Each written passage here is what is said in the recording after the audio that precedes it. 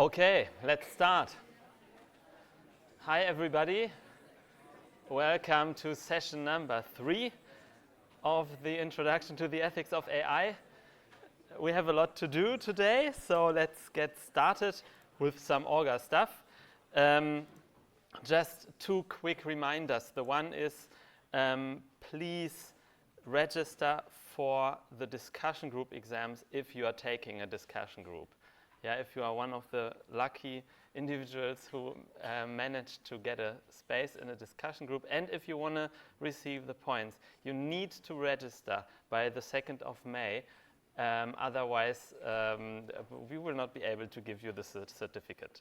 But in this case, you would be happy to welcome to attend, to keep attending. Yeah, that's not a problem. It's just that we will not be able to hand out the certificate.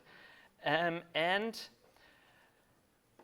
if you happen to change your mind and don't want to attend the discussion group any longer, which is totally okay, please resign from the StudIP course so that somebody else can take up your space. And do it as quickly as you can, because that other person might still want to register for the exam. So for receiving points, it's not in the discussion group, it's another form of exam. So please do it maybe now or in a minute or today, so there is still time for other people to get your space. Yes.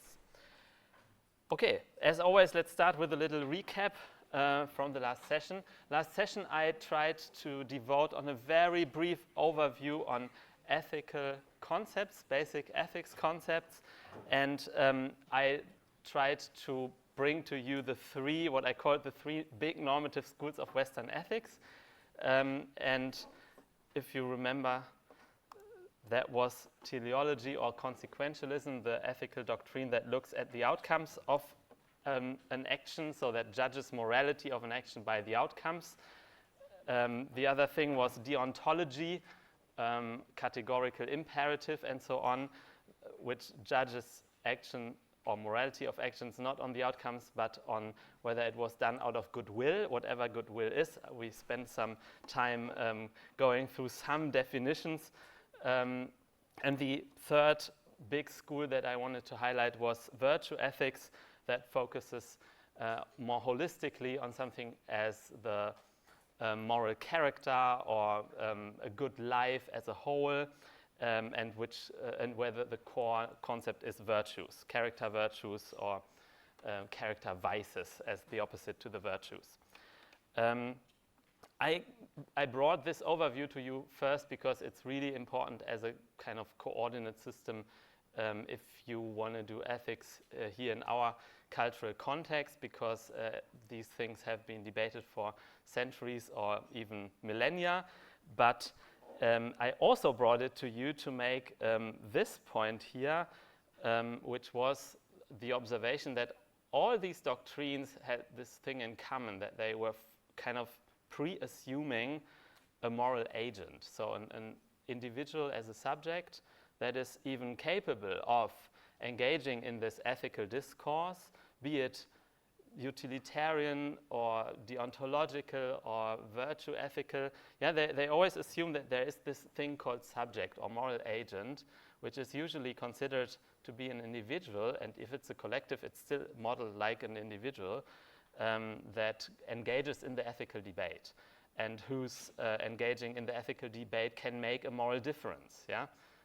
So it's not only that you are capable of engaging in the debate, but also that the individual is even the right instance to make any meaningful difference in terms of ethics or moral action and so on.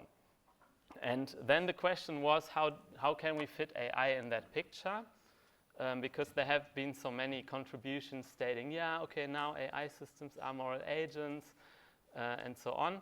And I tried to make this a problem, because fitting AI into this picture actually, I would say, challenges the repertoire of Western ethical concepts exactly at this very point of moral agency.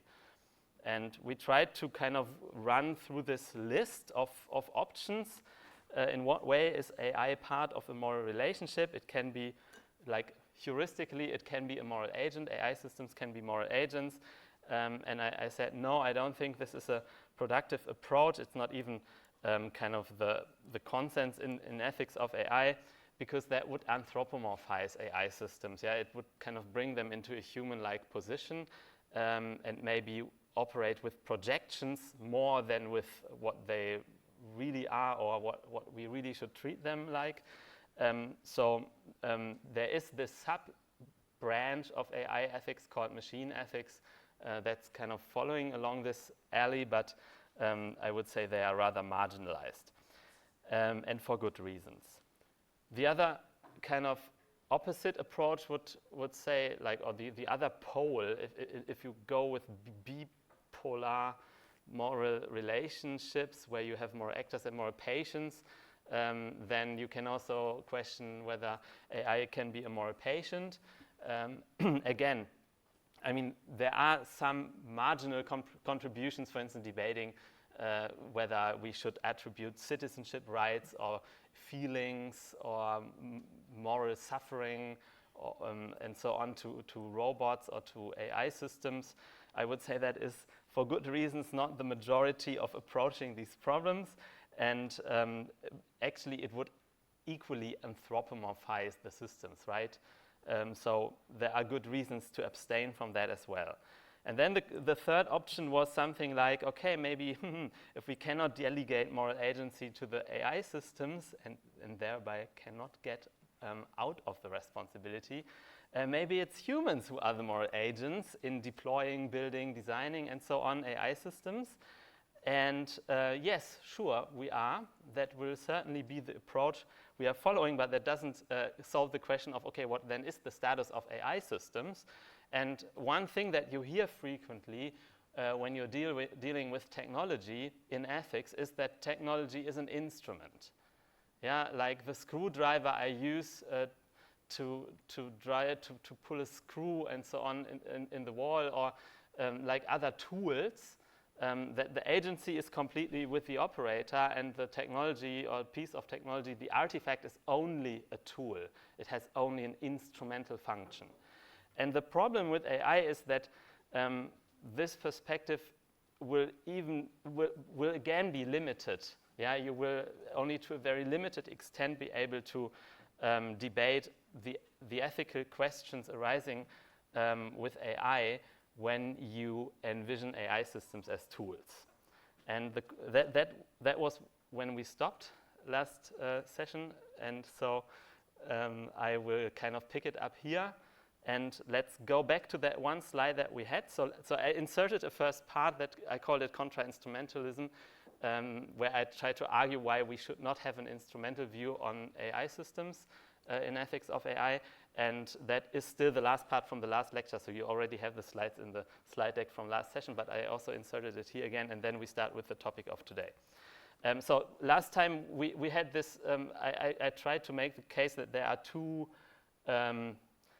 kind of two borderlines or two cases we want to kind of bring under the hood at the same time. The one is that we want to counter the idea that machines are moral agents, because it is the humans who build, deploy, and use AI systems and who are therefore morally responsible. So we do not want to have the humans, or we don't want to let the humans out of the responsibility. And at the same time, we want to avoid instrumental reductionism. Yeah, if you reduce the role of the technology to an instrumental status. And the idea or the intuition driving this is that ethical implications of building, deploying, and using AI systems go beyond means and rationality. So the idea that you deploy a tool with a certain end, yeah, with a certain goal in mind, and then the tool is only the means to achieve the goal. And why is that not the case generally? I would say not only with respect to AI systems, but if you are a little bit more into the philosophical discourse, you will know that, for instance, there's a big branch of philosophy of technology that would deny that that technology is instrumental all the way along. So this is actually a century-old thesis, but it's worthwhile repeating this in the context of digital technology. And why is digital technology not an endpoint, or like not a means towards an end? Why is it not an instrument? The main objection is that instrumentality wrongly suggests that the ends precede the means. Yeah, that you have the ends in your mind, and then as a second step you come up with a tool to achieve that end point, which is not the case in the way we are using digital technology, right? Like, I want to send a message to Alice, so it's not working like this. I want to send a message to Alice, so let's see which tool I could use. There is something called WhatsApp, so let's install WhatsApp, and then I can send Alice a message. That's obviously not how it works, because we all have WhatsApp installed already, and we came up with the idea of sending Alice a message maybe because we have WhatsApp and not the other way around. Yeah, so this is how it works in reality, that technology creates affordances, infrastructures, ways of being in the world, or lock-in effects, yeah, and ends. Yeah, technology creates ends or goals or things you want to do, and not the other way around. Like this, after all my family signed up on Telegram, we started to share a lot of photos. Or I forgot to invite Bob to the party because he's not on WhatsApp. Or it's hard to leave Twitter because everyone else is still there. Yeah, so you see, this was the example for a lock-in effect. Yeah, you see that it is hard to kind of reduce digital technology to a role that only fits purposes that precede the existence of the tool, or the deployment of the tool. It's rather that digital technology definitely creates worlds, ideas, things you might want to do, things that you can do, affordances, and so on. And this is why if you want to judge ethically on such technology, you are dealing with impacts, that are beyond your control, right? Because the technology might create effects, use cases, things that people do with it,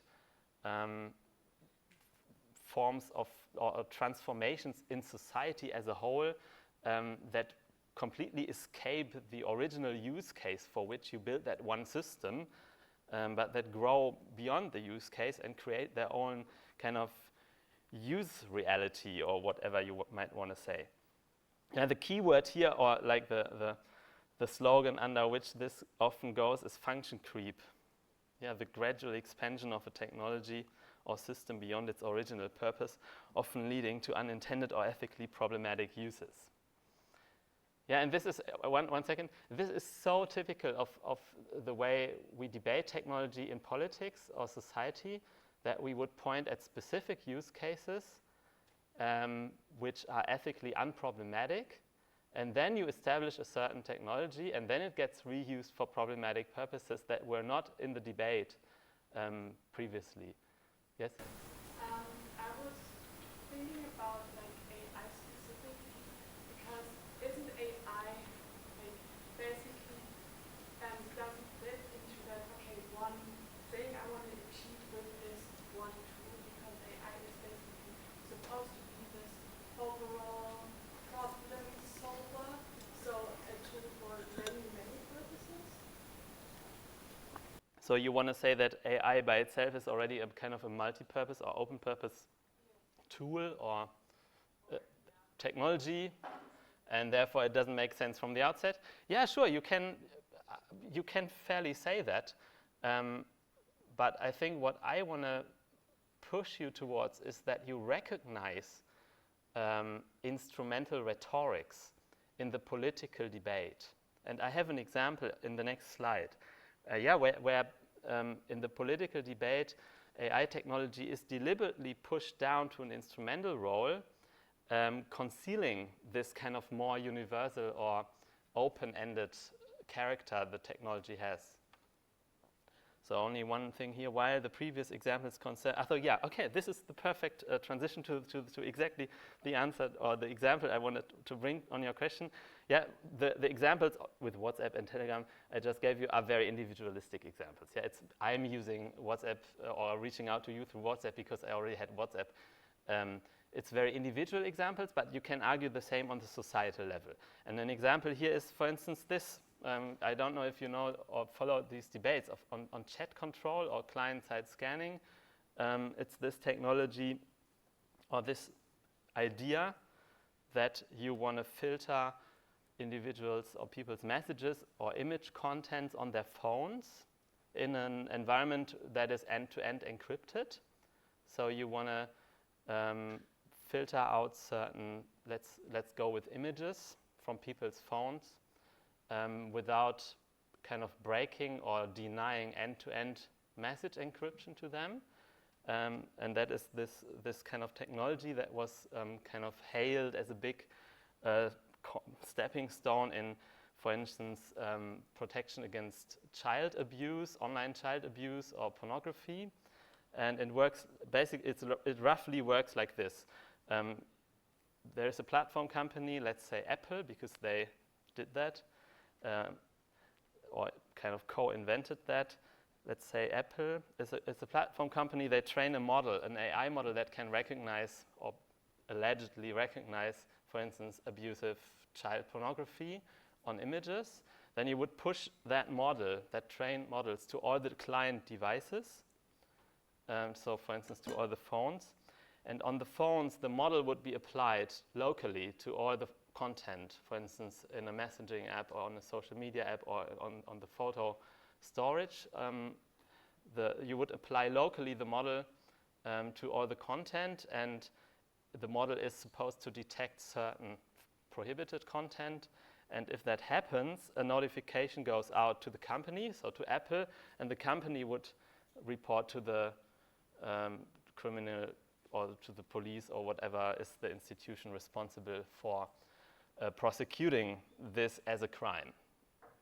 That is client-side scanning or chat control. I don't.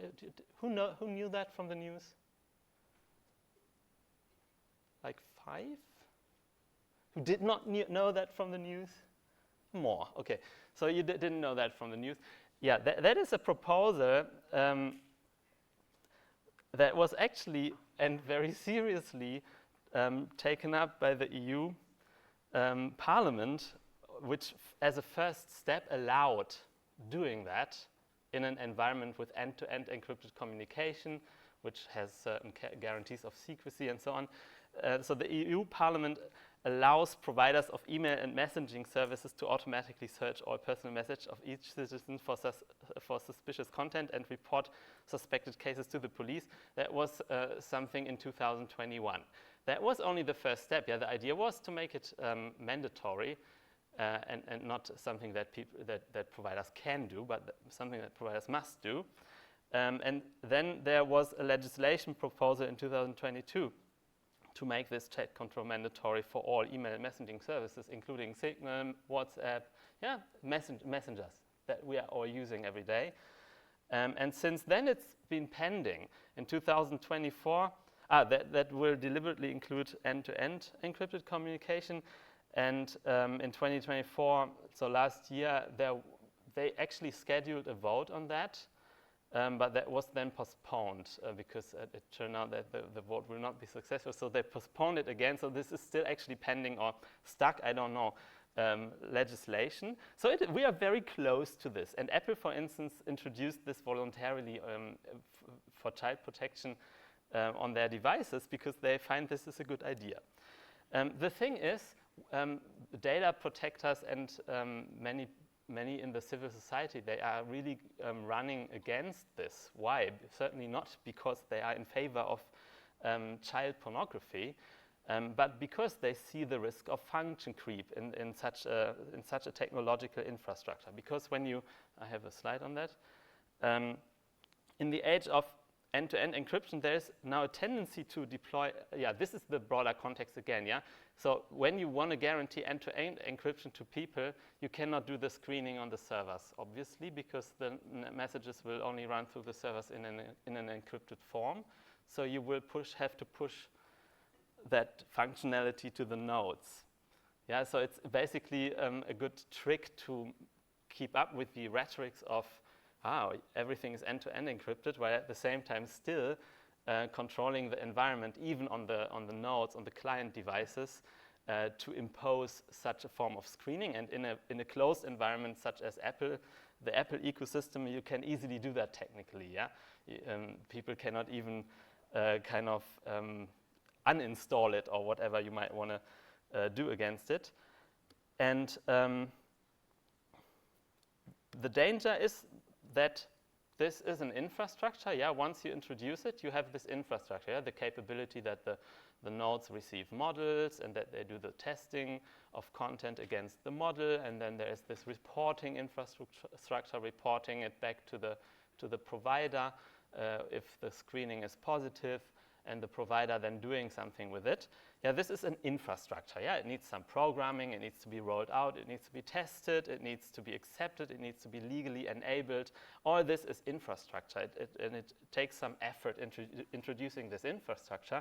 The thing is, once that infrastructure is there, why not extend the use to other models? Why not, instead of deploying a model that will detect child pornography, deploy a model that will detect DIY content, DIY content, such as it's now been forbidden in the US, or like, for instance, you could target political enemies, or you could search for political contents, or for memes or political advertisements. So what I want to say is that you can easily deploy other models against which the content is being screened, and abuse the whole infrastructure for oppressive purposes. Or think of authoritarian regimes, for instance, in the US, that might be very interested reusing such an infrastructure for their own political purposes.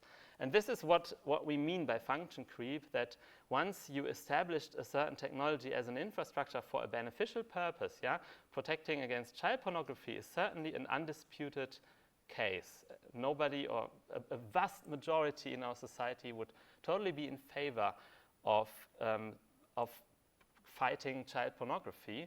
Therefore, you kind of take a case that is morally uncontested and introduce an infrastructure. But what happens then, and how can that infrastructure be abused in ways that goes completely against fundamental rights, for instance, for private communication, and so on. And the risk here is very high that this will backfire, because it extends the purposes to detrimental purposes. But the political debate we are having frames the whole thing towards this very narrow use case.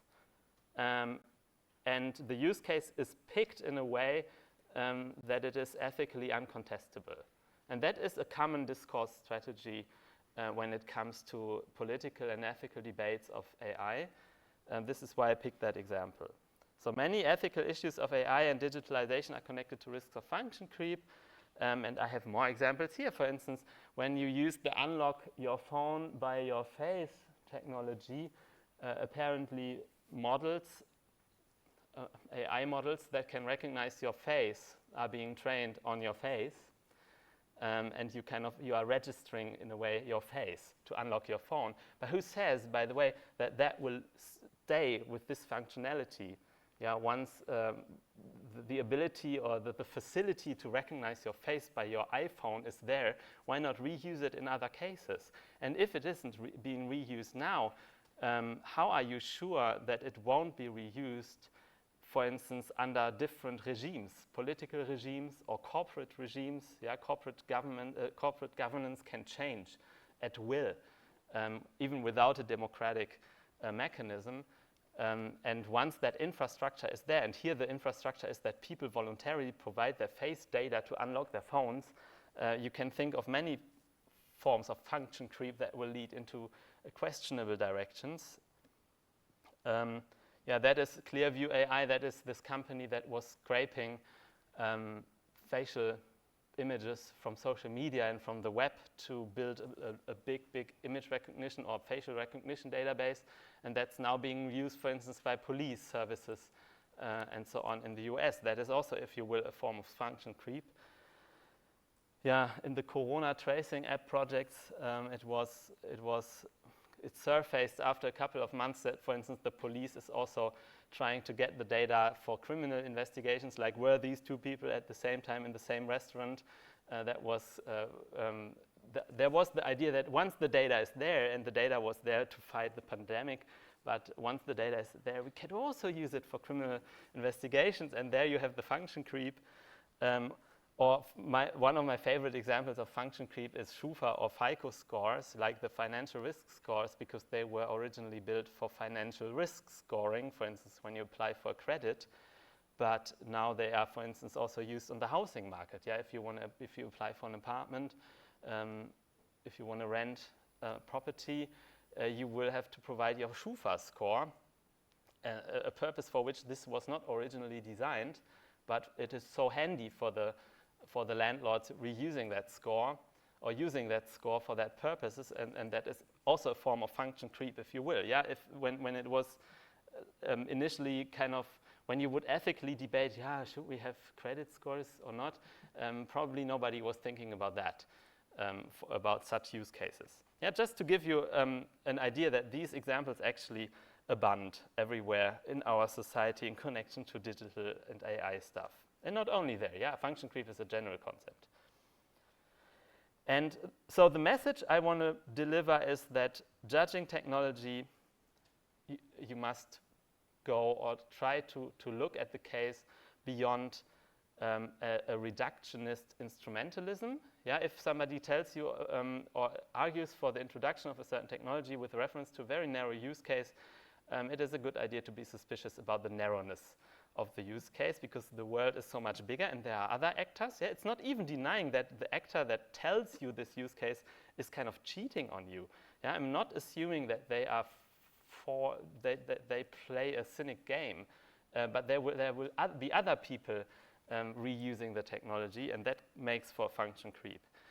So when ethically judging a technology, don't reduce your scope to a single situation or context of use, but think of it as an infrastructure. That is maybe a good rule of thumb. Yeah? When ethically judging technology, try to assume that this technology will be infrastructure. And infrastructure typically invites diverse and also unforeseen use cases. It can be used by anybody. You cannot limit kind of the audience that uses it. You also have to think about like changing political regimes, changing ownership of companies, and so on.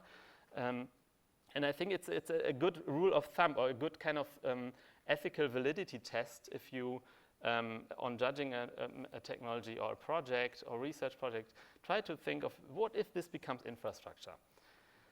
And infrastructure will serve purposes you don't have under control. And this is the kind of the main point here. Yeah, we are dealing with ethical situations where you cannot control the outcomes, where you are typically not in control of everything that will happen from your project, or from the point on where you develop your project or build a certain system or invest in a certain technology. So we are dealing with situations where you are partially out of control, and yet we want to do ethics. So ask, by building, deploying, using this technology, what kind of infrastructure is great? Okay, yeah, that is a little bit repetitive. Okay, this was the function creep point, and this is also the way I try to do ethics here in this lecture. Being always in this between unforeseen consequences, and so we cannot rely on fully utilitarian approaches, apparently, because then you would have to know the consequences, otherwise you cannot judge them. On the other hand, we will find out that only deontological approaches are also difficult. So it will be something in between and dealing with this interesting ambiguity. And we will come back to that again and again. Yeah, sorry. Yeah. Then, so if we're wanting to spend our time within this in-between and acknowledging the larger spectra thing, if we turn back to the COVID act, we are arguing that like a lot of these intents are good. These specific usages of these technologies are justifiable, and could even be, we can argue that the COVID app itself is ethical, right? It's helping prevent the outbreak rate of further symptoms. But then we're always going to get into this, as you noted, so we're going to get into this whole so quick as that the moment that we establish it, it's going to be used for that. So where do we then find the justification for technological progress if we know that all of it's going to end up in digital? In this lecture, I will try to tell you that there is no justification for technological progress. Kidding. No, the thing is that you will not do the ethical decision once, and then ethics can have the check, and then you can go with your innovation. It's more about finding a relation, like as a society, but also as the single stakeholders, finding a relationship to that technology that is a process of responsibility taking.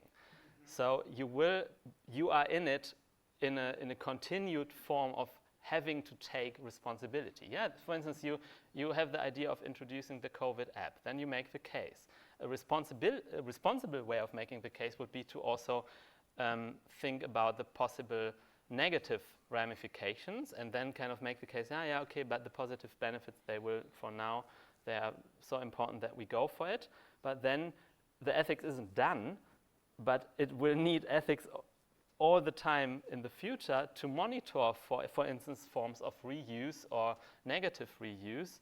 And for instance, you will have to establish oversight or other legal remedy infrastructures that people can fight against misuse, that they can fight for their fundamental rights, but also that the state takes the role of protecting the citizenship or the citizens against abuse. So it is a more overarching perspective where ethics isn't something that the researchers do when they write a grant and then it's done and then they are free to go. But it's really the attitude that we need as a society accompanying technological innovation cycles throughout. And like one of the major concepts that we'll be using here is collective responsibility, that is very close to political responsibility because it is forward-looking. Yeah, collective responsibility. The question is not, something went wrong, so who is to blame? That would be the forensic, like past, backward-looking version of it. No, but it's more like if we let this company build this technology, how as a society can we guarantee for the next 100 years that this technology will not have overwhelming negative consequences, while we can harvest the positive consequences, yeah, while we can benefit from it? How can we as a society enable the positive use and also kind of enable a debate on what is the positive use, while at the same time enabling a debate on what is the negative use and how to kind of prevent it from happening? That is the idea. And as we see, technology is something that has broad effects and potentially unforeseen effects.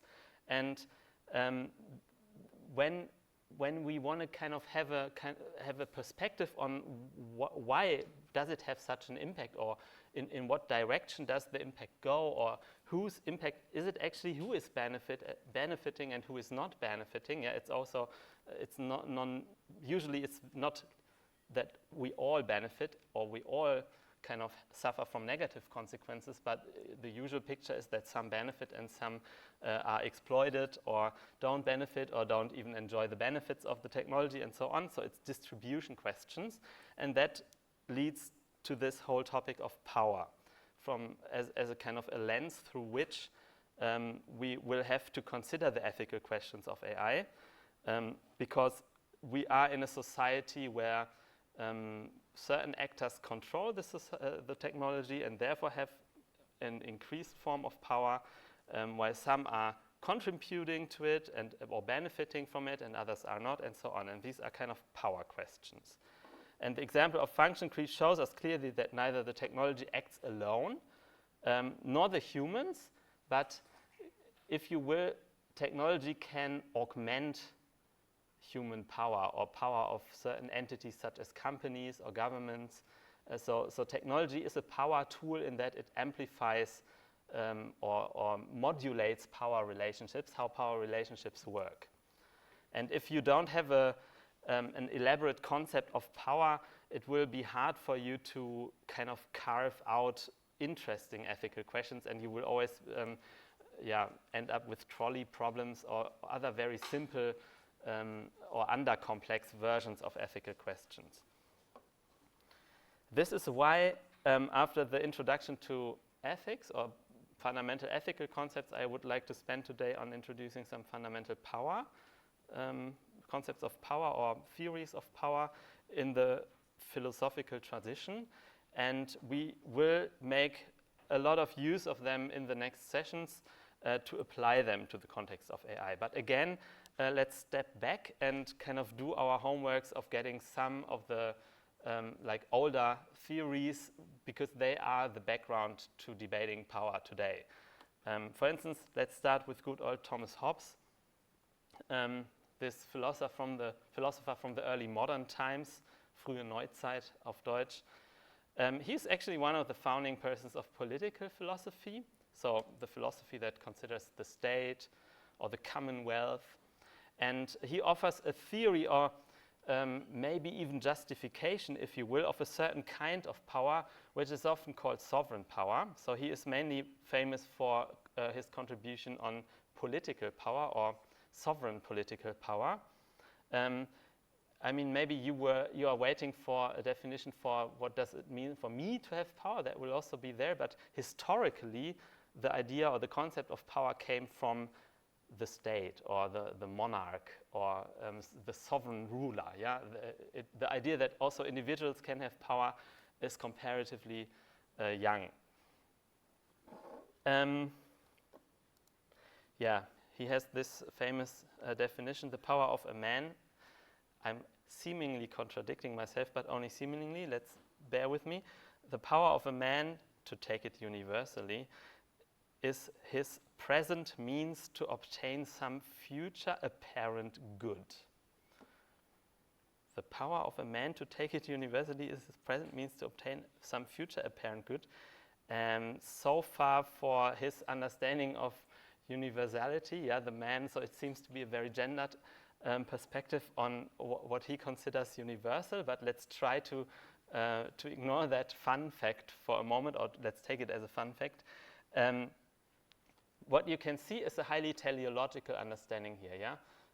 He again says it's the ability or capacity to secure what one desires in the future. There is this teleological kind of inclination in this conception of power. It's an ability that includes not just physical strength, though, but also, for instance, social status or wealth or knowledge or reputation, alliances, and so on. Anything that can be used to influence others or to control events, how they unfold in the future, would for Hobbes count under as the power of somebody. It's also important that in Hobbes, power is relative. He always compares between people. You have more power, you have less power, so you will probably more be able to control the unfolding of the future and so on. So it's always kind of a comparison game. It's endless. In the sense that everybody wants as much as they can. To feel secure, everybody wants ever-increasing means to secure their goals. That is kind of an, if you will, an anthropological assumption of Hobbes. That's his kind of way he envisions the human being as, the man, to take it universally, as greedy and never satisfied.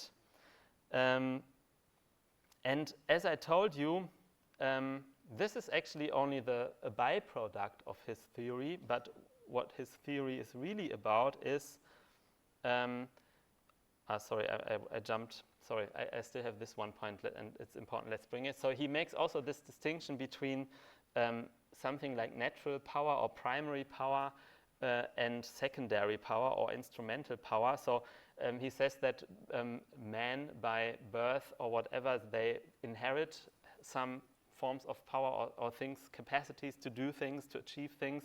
That is the natural power. And then there is things that you gain by, for instance, deploying instruments or tools or making use of others or friendships or forming allyships and so on. That is the secondary forms of power. That was that's important because many people make this distinction. But as I told you, this is only a byproduct because what he's really theorizing about is political power.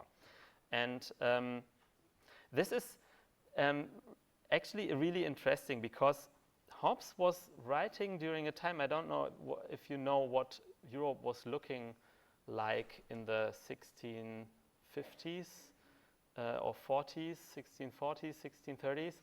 Europe was kind of burning because there was war everywhere. So Hobbes was writing in a time of intense and brutal conflict in Europe. There was the 30-year war in from 1618 to 48, if it's 30 years. And there was the English Civil War, which was kind of slightly later, but overlapping with it in the 40s, starting in the 40s. And that was the impression under which Hobbes was writing his theory of the commonwealth or of the state. And as the central theorem in his theory of the commonwealth or of the state, he has this vision or this kind of imagery of the state of nature. And this idea that the state of nature in society or in non-society, like between individuals, is that everybody is fighting everybody. So there's a war of all against everyone. Everybody competes for power constantly. Yeah, everybody wants ever more power, as I told you previously. So he has this kind of observations and therefore assumptions that if you let people alone, if society wasn't there, if government wasn't there, you would be in this state of nature, Naturzustand, which is this very founding or very important founding theorem in state philosophy, because that is kind of the negative foil against which you then argue or legitimize the state. Yeah? This is what you don't want, but what you find if you wouldn't form governments. And then to escape this state of nature, people opt, says Hobbes, opt to transfer some of their power to a sovereign who wields supreme political power to maintain peace and security. Yeah, so the idea is to avoid the state of nature where everybody fights everybody. It is rational for people to delegate their power to something like a sovereign. And that sovereign, like he wrote that in his piece called Leviathan. So the sovereign is this kind of Leviathan figure. Hobbes, this is actually a third commentator, but I found that quote very nice. Hobbes is infamous for having used the social contract method to arrive at the astonishing conclusion that we ought to submit to the authority of an absolute, undivided, and unlimited sovereign power. Yeah, the idea is we are all in this state of nature. Everybody's fighting everybody.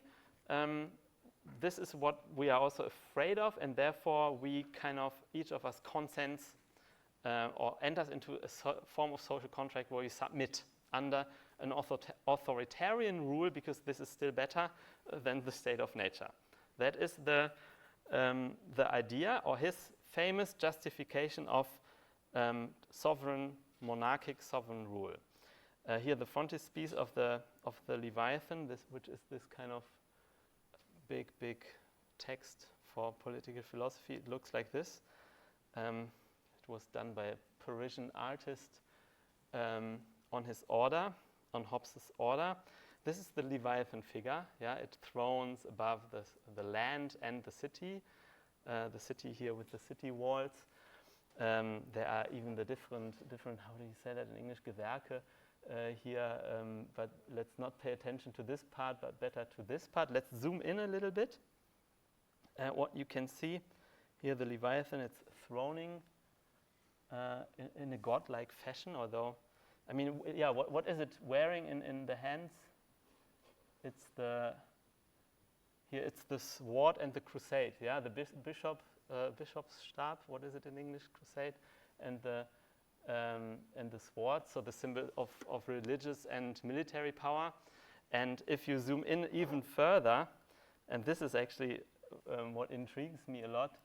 I don't know if you can see it, but the body of the Leviathan is made of people. Yeah, it's made of all the citizens, because the allegory says that the power of the Leviathan is nothing but the accumulated power of all the citizens submitting to that idea, or to that idea of an authoritarian rule.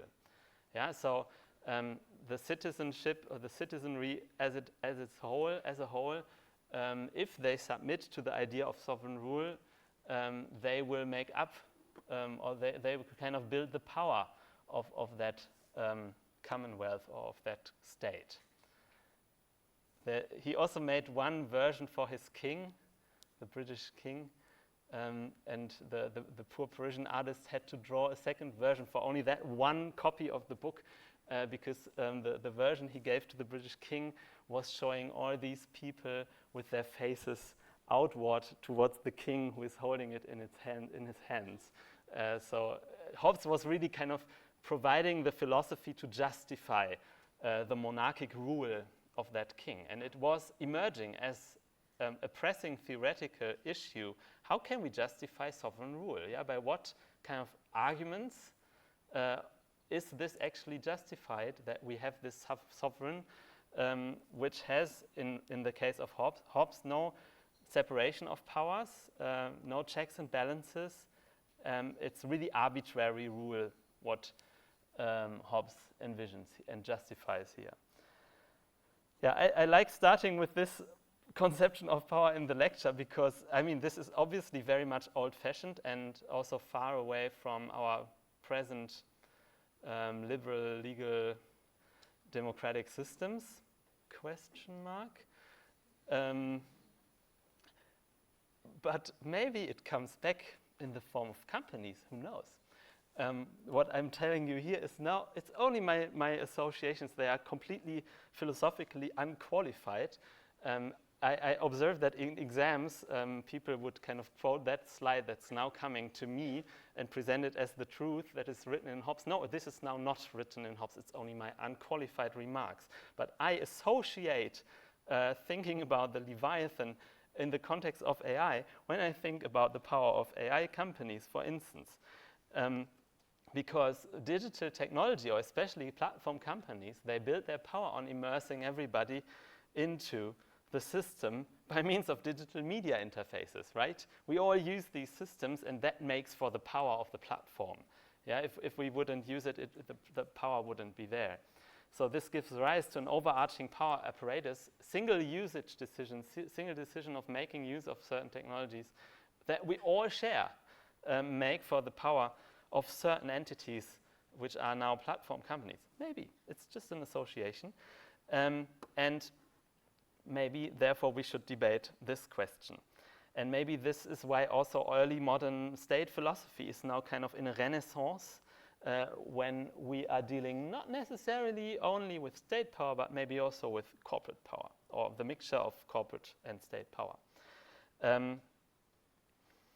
But let's not overstress this.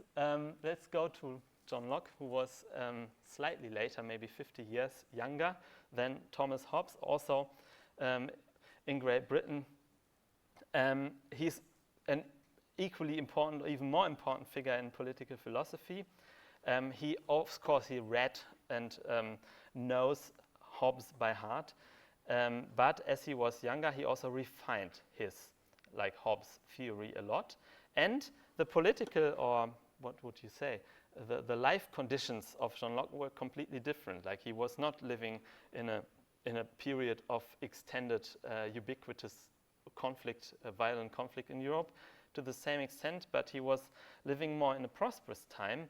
And also, Locke conceives the problem of power as mainly the problem of political power and not primarily individual power. But departing from Hobbes, Locke has a different approach both to the concept of state of nature and to that of the Commonwealth. And let's see. The state of nature in Locke is more, it's not a state of everybody's fighting everybody necessarily, but it's more positive. It's more a state of everybody is kind of unfolding their potentials and being independent and enjoying freedom, but also everybody has the right to defend themselves. And for instance, their property. So I envision like loads of property owners, and the state of nature is everybody's kind of defending their piece of land and their piece of property, and of course also their lives, but as we are not in a situation of war, it's more their property. Locke is a lot focused on property, as you will see in the next lines here on the slide. And also, Locke says, yeah, everybody has by nature, in a kind of natural law fashion, the power and the right to defend their property. Political power then, this is kind of the state of nature. And then, again, he wants to justify political power. I delete that for a second. So he wants to why does he want to justify political power if we are not in a state of war? Because he says, it's very inefficient. If we all need to defend our property, if we all need kind of to educate our children, to invent things and so on. So they're apparently living next to each other. It's more efficient to kind of share some or distribute some roles and functions and skills in a society. So you see the idea of society emerging as a constellation where you would benefit from others and they benefit from you in a way that goes with distributed roles. And to secure that, John Locke has also a problem of how can we justify state rule, which for him is a commonwealth. And here is a quote from him: political power I take to be a right. Political power I take to be a right of making laws, with penalties of death and consequently all less penalties for the regulating and preserving of property, and of employing the force of the community in the execution of such laws, and in the defense of the Commonwealth from foreign injury, and all this only for the public good. There's a lot of it, there's much in this, and a lot of this is still present in our kind of state constitutions, or in the idea of the state that we are living in. But let's pick out some points. First, that goes very quick now, sorry for that. No, then we have to do it here. He says it is like political power is a right of making laws. This is very important, so the idea of political power enables the entity that holds the political power to be in the position that it has a right to make laws. Having a right that seems to be slightly less than the idea of the sovereign ruler who can come up with arbitrary laws or ruling. And then it comes with a lot of kind of limitations here, saying employing the force of the community. So the law is being sanctioned with these penalties, including the death penalty and so on, employing the force of the community in the execution of the laws. So you see that there is kind of this, the political power does a service to the community. This is the understanding here.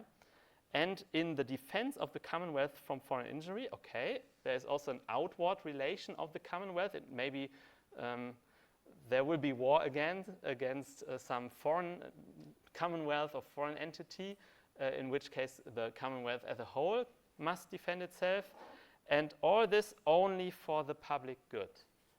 And this last sentence is very important because that introduces some portion of checks and balances. It says no, the political power cannot be exercised in an arbitrary fashion, but it must be exercised in a way that is in the public good. So the political power or the way it is exercised in setting laws and enforcing laws and sanctioning people for violating laws, that must always be justified in relation to the public good, whatever that is. But this is an important checks and balances, which excludes arbitrariness and unchecked sovereign power. Yes? How does law justify people having this political power? So how do they get political power? Who gives people the right of making laws? Like he is also a theorist. Like he also follows this social contract theory. The idea is that people enter into whatever form of contract. I mean, in his case, it's still monarchic rule. Although in the English Civil War, I think the monarch was killed, but it was restituted shortly afterwards. But I'm not completely firm in British history either. So he also refers to this Yeah, but not in the important thing is that, let's do it on the next slide, that he introduces some key ideas of checks and balances, separation of power, and also this idea that political power must always be justified in terms of that it serves the public good, and as you will see in the next bullet point that will be popping up here, in terms of what did people consent. Like he says there is a social contract by which everybody consents to this form of political rule. And part of this consent is a certain kind of extent to which people delegate their power to the political power. And that is more or less in Locke limited to protection of property. So if the political power would do something that is not justified in relation to protecting property, that will then not pass the checks and balances test in Locke. So, but it's important that you see that there is this idea of separation of powers, that you, for instance, there is the legislative power in Locke, there is executive power, and then there is something that he calls federative power. And federative power is, we don't have the same trias nowadays, yeah? But he also has three, legislative, executive, and then the third one is in Locke is federative power, which is the protection against intruders from without. Yeah, for instance, protection against other political entities outside of the Commonwealth. And the second important point is that he has this principle of consent and trust on which all this rests. And this is the mechanism by which people submit or endorse, let's better say endorse, the political power and create the political society.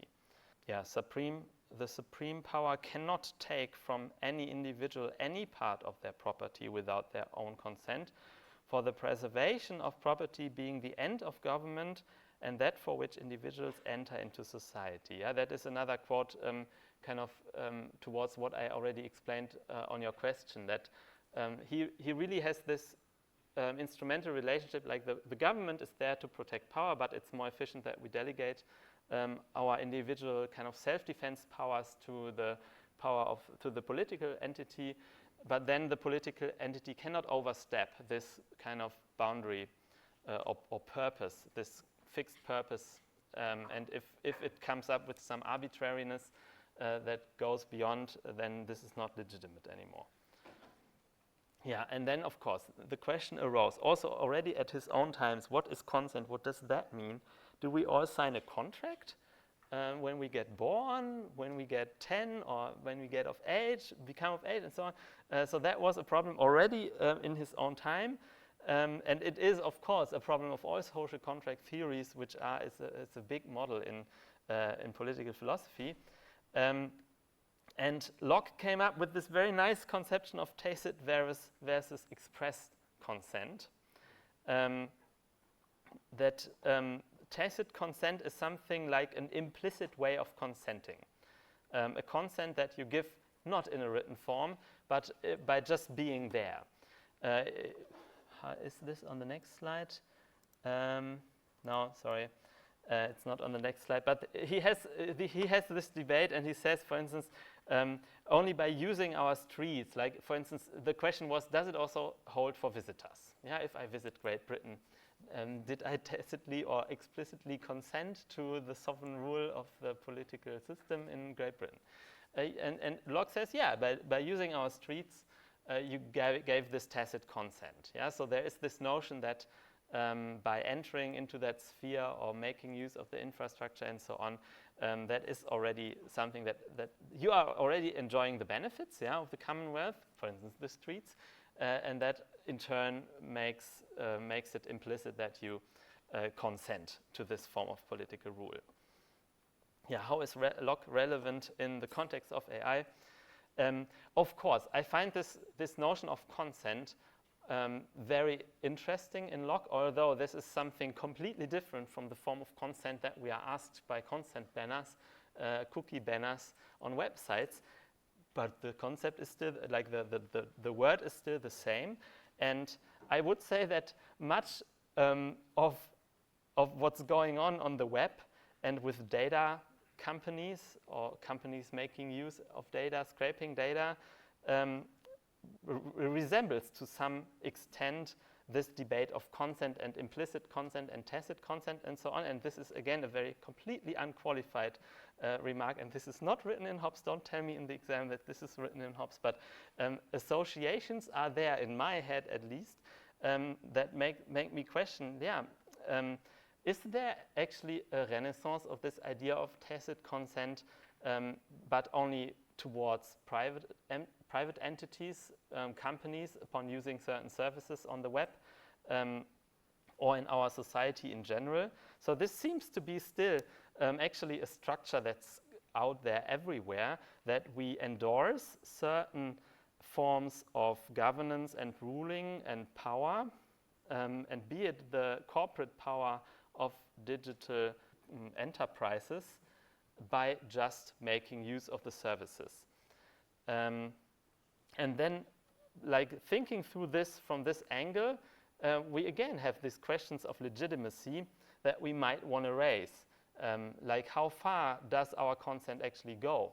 Like, how far can they make use, for instance, platform companies, how far can they make use of their power that they derive from data or from people using their services by implicit or explicit consent? And especially, don't we face every day instances where these companies actually exceed, in their use of their own power, exceed the consent, the domain of consent or the extent of consent that was given? That is a question that we will be also facing here in the lecture, and that that I think can, in an interesting way, be redebated by looking at Locke.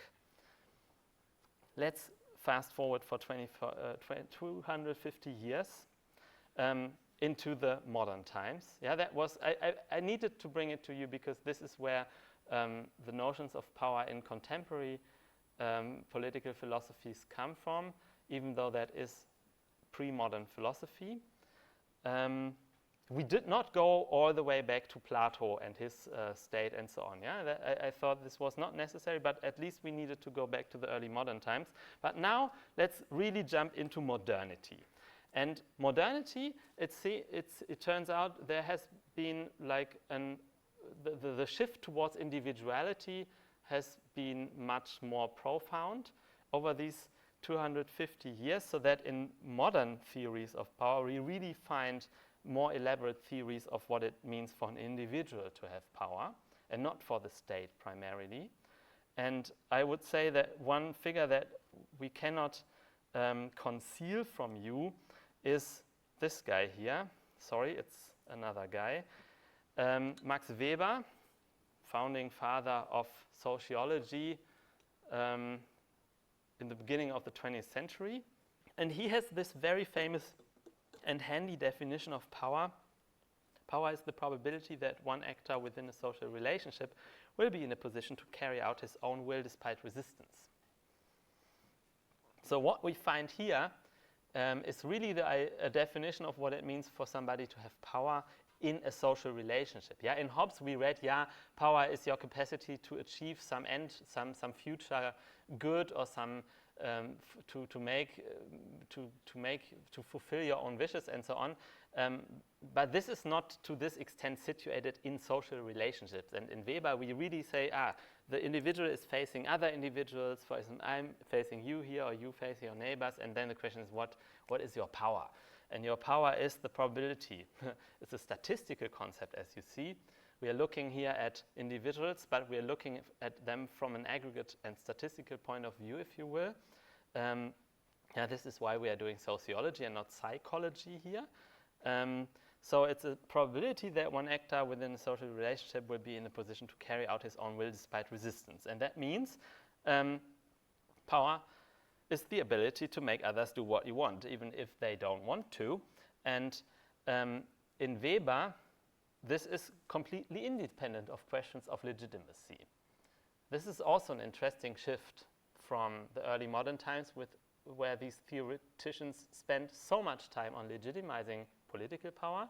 And here in Weber, it's actually more descriptive, if you will. It's more a statistical value, completely independent of legitimacy. It's just the mere positive fact whether you can make people do what you want or not. And he has this distinction between power and authority, Macht und Herrschaft oder so, oder Autorität, where power is the raw ability to impose your will, whether people see it as legitimate or not. Yeah, the kind of the arbitrary ruler has power, but maybe not authority. If people don't want or don't find it legitimate what the arbitrary ruler wants, but still he has power. And authority then is the thing or the form of power where people accept as rightful and legitimate what the power wants them to do. And this is an interesting figure. It's kind of this subform, and he even makes a richer distinction when it comes to authority. For instance, traditional authority is, for instance, the authority based on customship, like customs such as kingships, because we are used to having the kings, and the king has a successor, a natural successor, so it's a kind of a traditional form of authority, not sure. But he also has this notion of charismatic authority, where it's more the personality, or like a form of authority based on personal characteristics or qualities of the powerful person. And you can see that a powerful person that is charismatic would kind of make the other people want what this person wants them to do.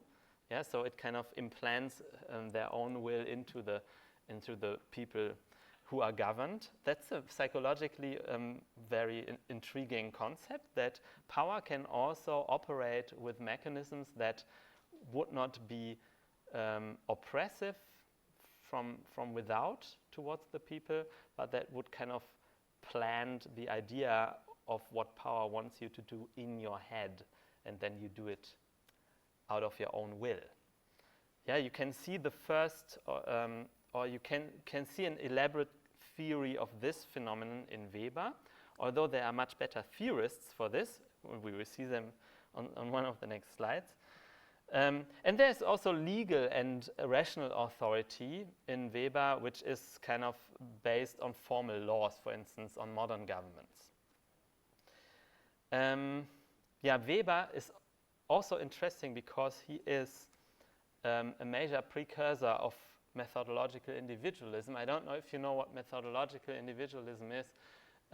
In sociology, it is the idea that you want to explain collective things, for instance, structures or entities, the behavior of societies as a whole, or of groups, or of families, companies. You want to explain the behavior of collective entities by looking at the individuals and their motivations and their behaviors and so on. So it is, in a way, a reductive stance that reduces collective phenomena to individual behavior and only accepts that as valid explanations. Most social science, and this is again a third-party commentator, but it makes it very clear what Max Weber stands for. Most social scientists have found Weber's definition congenial. On the one hand, his definition refers power in institutions and structures to individuals and the relations between them. That is, it seems consistent with methodological individualism and thus seems to accord with the mainstream consensus about what counts as an explanation. Yeah, we are here in a time of positivism, yeah, emerging positivism in the sciences, yeah, that you can only talk about what you can directly observe, for instance, behavior, that it is a time where it was discouraged to come up with elaborate psychological theories about people, but you only would observe their behavior. In that case, you even call it behaviorism. And at that time in the 20th century, that was kind of getting traction, and things that were not adhering to this very atomistic view on the world and on behavior would increasingly not count as viable explanations or as satisfactory explanations, scientific explanations. And this is how Max Weber managed to connect sociology, which looks at society from a certain kind of vantage point, managed to connect sociological questions about large entities to this paradigm of methodological individualism. I'm telling you this because this is really, even still today, it's I would say one of the dominant ideologies, that we reduce social phenomena to individual properties, behavior, essences, drives, motivations, and so on. I find that you will also learn here in the lecture that this is, to me, an antipode. Yeah, I will not follow this paradigm here, but it is the mainstream paradigm. How is Weber relevant in the context of AI? And this is what I just said. It supports the libertarian viewpoint, which is blind to social structures, as we will see.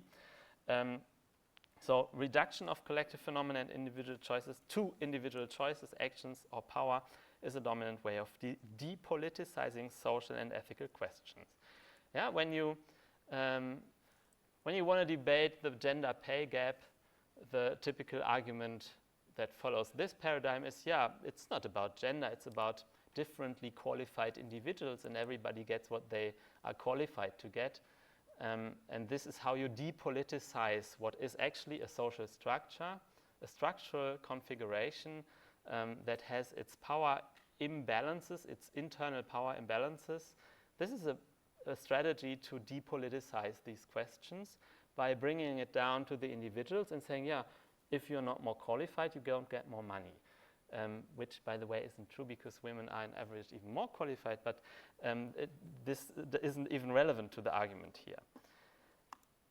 Yeah, this was my brief review of early modern and modern theories of power. And so far, we are again able to kind of come up with such a slide. And you remember that I had this slide in a different version already in the ethics chapter.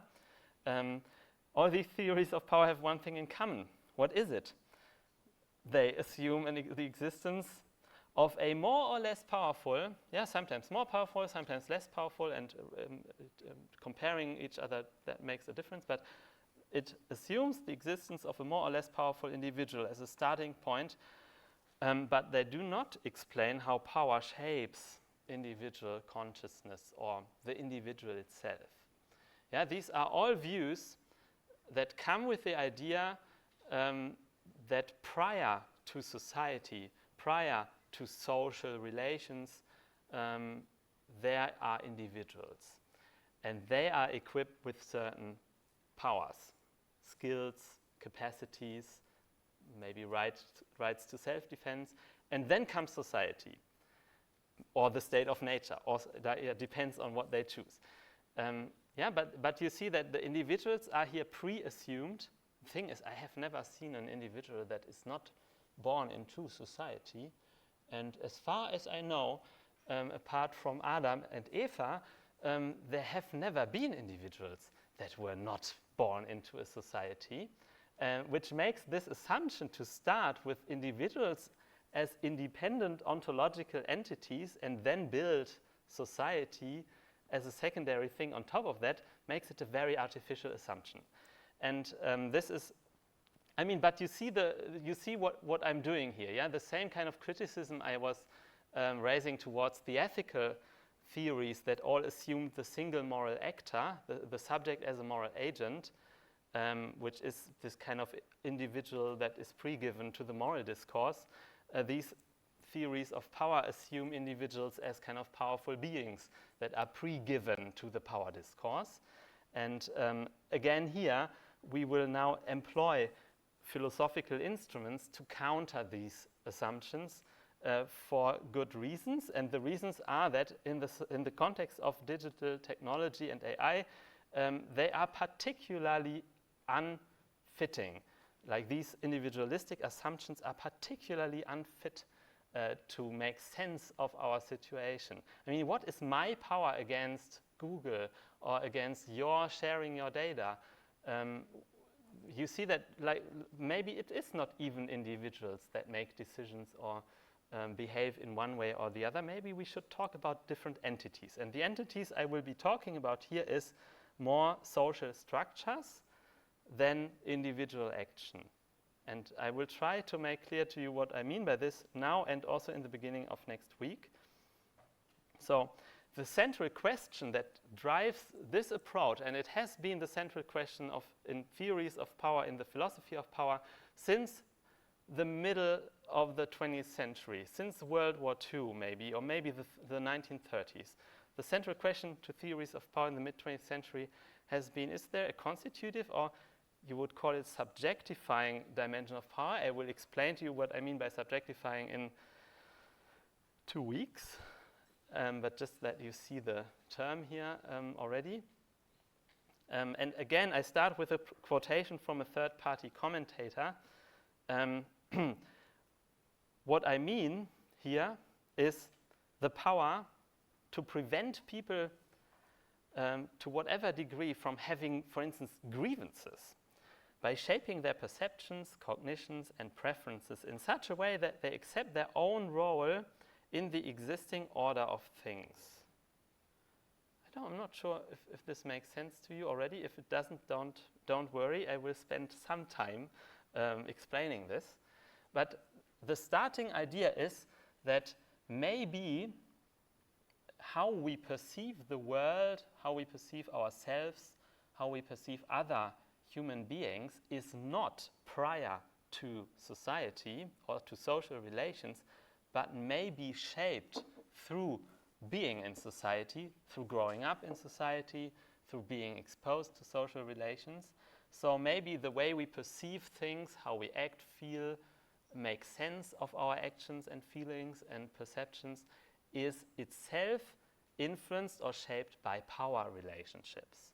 That is the starting idea. Yeah, in a way, it turns things upside down. Maybe we are kind of born into a field of power relations, and that shapes how we perceive things, and not the other way around. We are born with innate perceptions, and that putting all our innate perceptions together makes for a society with its power structures. That is the approach. And just to compare thinking power with structures or without structures, I have 2 slides here. Now the first is the negative foil, like thinking it without structures. Thinking power without structures is also the headline. When you do philosophy, social philosophy without social structures, you basically have these 2 poles, yeah, the collective level and the individual level. And as we saw it in Hobbes, for instance, individuals would enable collective entities or like aggregate entities or the power of aggregate entities, for instance, through consent or through obedience. Yeah, in Hobbes, it's actually more obedience. Yeah, we all obey the militarized sovereign power. Remember how they were all looking up at the sovereign in the Leviathan? That is not voluntary consent. This is consent out of fear. And you can find that explicitly in Hobbes. Yeah? He says it's consent out of fear. And this is what you would call submission or obedience. But in Locke, it's more like real consent, or like deliberate consent, if you will, or consent that is driven by certain values, and so on. And in turn, the political entity would then have a certain impact on the individuals, and you would kind of theorize that relation more or less directly. Yeah? It can punish individuals, it can prescribe or repress or dominate and so on, exploit, if it's a company, for instance, individuals. Then you would have to theorize both directions of the relation between these poles. If you do, in contrast, theories of power with structure, with the notion of social structures, you would have an intermediate layer, if you will. An intermediate layer that would kind of, if you will, shield off, or try to shield off both of these poles from each other. It doesn't work, and it's not even supposed to work completely. For instance, we get punished by the state, not by a social structure, if you will, but maybe the state is also, like as an institution, is also already something that grows out of social structures, but let's not go with the most complicated case. The idea here is that there is something in between that you would call this kind of fleeting nexus or constellation of social practices, social bonds, maybe implicit norms, how we do it and how we don't do it, maybe regimes that govern certain perceptions. For instance, how do I perceive people? Yeah, there is a grid always, certain categories in which I put people upon just perceiving them, and these categories are not innate in my brain. They are more delivered to me socially, so they constitute something like a social structure. And then you would have to theorize individual relationships between the individuals and the structures, and the more institutional or collective aggregations and social structures. Let's go with this here. So what do individuals do with social structures? For instance, let's make an example. Let's take heterosexual gender roles as an example for a social structure, because this is very handy.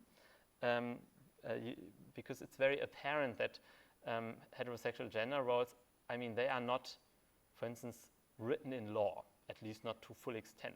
There are things in law that support them, but they by themselves, they are something that exists only because it's being done. Yeah, because we all more or less adhere to them, we are all more or less exposed to them, and in our behaviors, we all more or less perpetuate heterosexual gender norms.